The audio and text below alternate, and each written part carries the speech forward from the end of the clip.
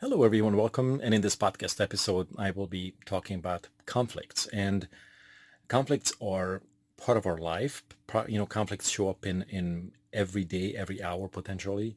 But what I have noticed is that very few people understand the significance of them, and very few people can really see or have the ability to move past them. So in this brief, short podcast episode, I will talk a little bit about what conflicts are, how they show up, and why it is really imperative to integrate them or eliminate the conflict. Otherwise, we'll be walking around with what I call the splits in the mind, and these are conflicted parts of the mind, and they lead to really bad adverse life circumstances later down the road. So those of you that have taken any NLP, neuro-linguistic programming, or hypnosis, or other self-development courses, you likely have been exposed to techniques that do parts integration or conflict resolution. And there are thousands and thousands of conflicts in an average person's mind.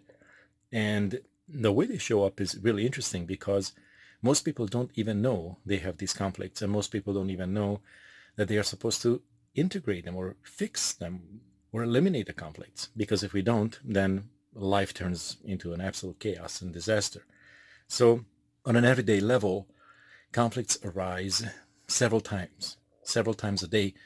Sometimes you feel that you would rather do something, but you feel like you have to finish something else. Or you want to hang out with your friends, but you have this thing over here.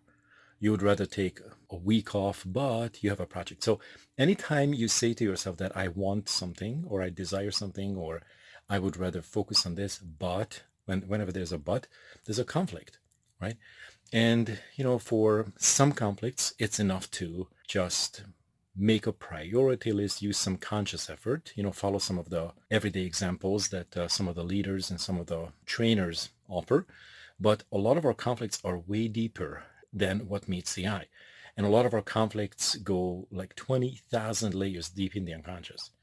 So, and if you feel like you're able to navigate through life, if you feel like you're able to navigate through the daily conflicts and you're actually achieving results, then you are probably doing way better than most people. But what I also see, and obviously I'm being a therapist and being a coach, like a really advanced quantum coach, I see that most people don't have a clue how to get out of trouble. They don't have an idea of where to start, what a conflict is, what a limiting belief is, what this and that negative emotion indicates. So that's why I am making this podcast, so that you actually have exposure to a deeper thing, a deeper picture, and then you start shifting at the unconscious level.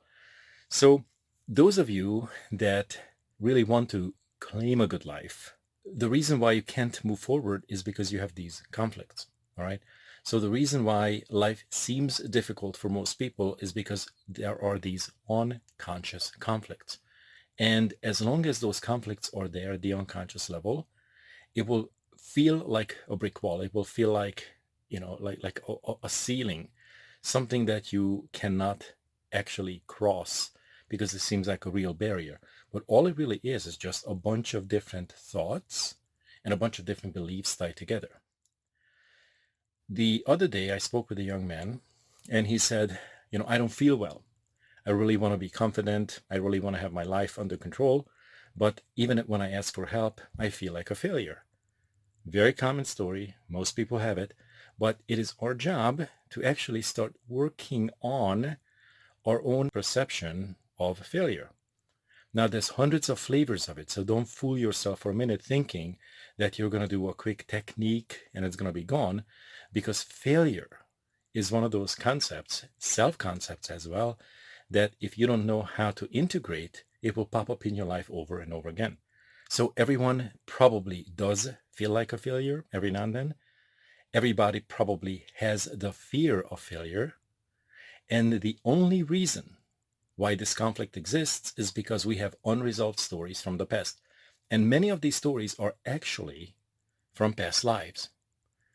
So whenever we feel that we have done a less than satisfactory job, let it be at work, let it be as a parent, let it be as a child, let it be whatever circumstance there may be.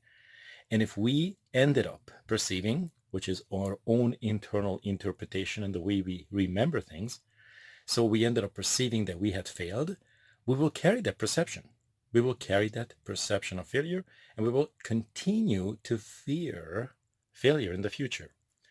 And then if we carry this long enough, and this is what I have seen that people have no idea about, we carry that perception long enough, we will begin to self-punish. We'll begin to punish ourselves because who wants to fail? But what we do is we don't move forward.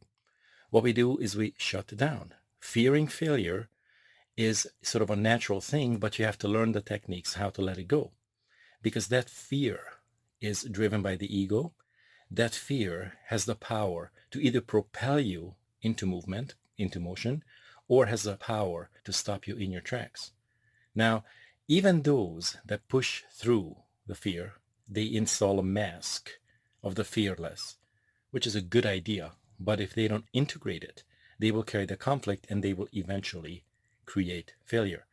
So whenever you have any kind of conflicts, but I want to do this, but, and you could start observing yourself and you can start listening to your own language.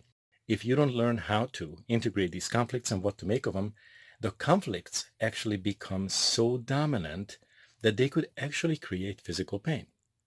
They can actually create physical pain because these splits in the mind are not just between activities, a conflicts between activities, but also between now belief systems inside your mind.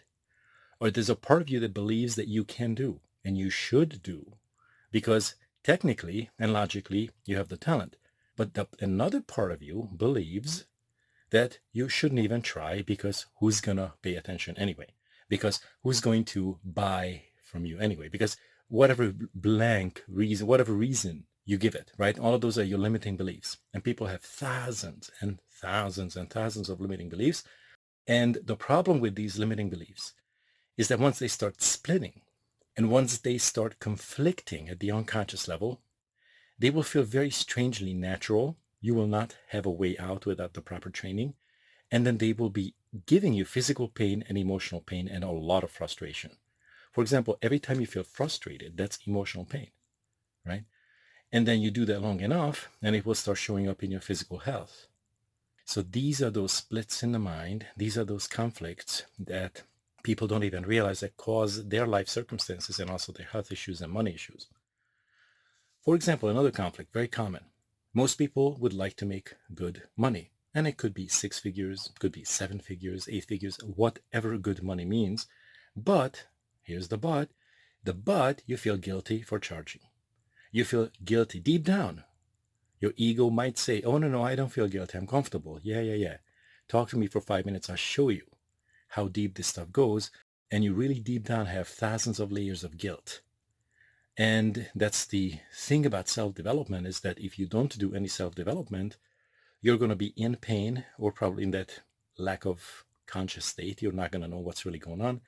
But the moment you start doing self-development, you're going to find out how deep this goes, how deep the subconscious world goes and deep the psyche goes. And all of these conflicts that you've been carrying around, now you will actually have access to. And it's your responsibility to start healing them. Of course, with the right mentorship, it's not nearly as difficult, but you do have to take part. Here's another conflict that I see. Most people want to be in a good relationship, but their heart has been broken. Did you know that as long as you carry on the story of the broken heart, which has an additional 20 pieces to it, it's not just something that you could talk about and magically expect it to get healed. It won't.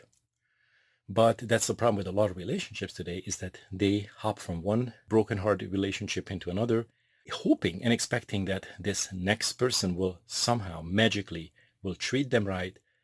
This next person will be somebody they can trust. This next person will somehow heal their broken heart. All of these are unconscious, but it will never happen. You have to heal your own broken heart by knowing what to do. You have to evolve as an individual by healing yourself, getting rid of your limiting beliefs, your conflicts, a lot of your internal self-concepts that are called your shadows. And it goes way beyond that. There's all kinds of core shadows, okay? And if you do that, that's when you can become integrated. That's when you can become healthy. That's when you can become calm and peaceful. and you finally achieve a peaceful or a conflict-free state. You see, if you really want to manifest good things in your life, you have to be in a position or in a mental state where you can manifest the things you do want. If you don't fix a lot of these conflicts, then you'll be just wondering why things don't exactly work out the way you want them to. One quick way to see or tell if there's a conflict is that you partially manifest something. You have a good date, but 3 days later, the relationship falls apart. You have excited customers, but 3 or 4 days later, they cancel. Okay? You feel awesome, but all of a sudden you kick your toe. Did you know that every accident has a very specific reason as to why it happens? There's spiritual messages in it. Okay? And the only reason why they happen is because they are trying to tell you that you have conflicts in your mind. All right? So conflicts go very deep.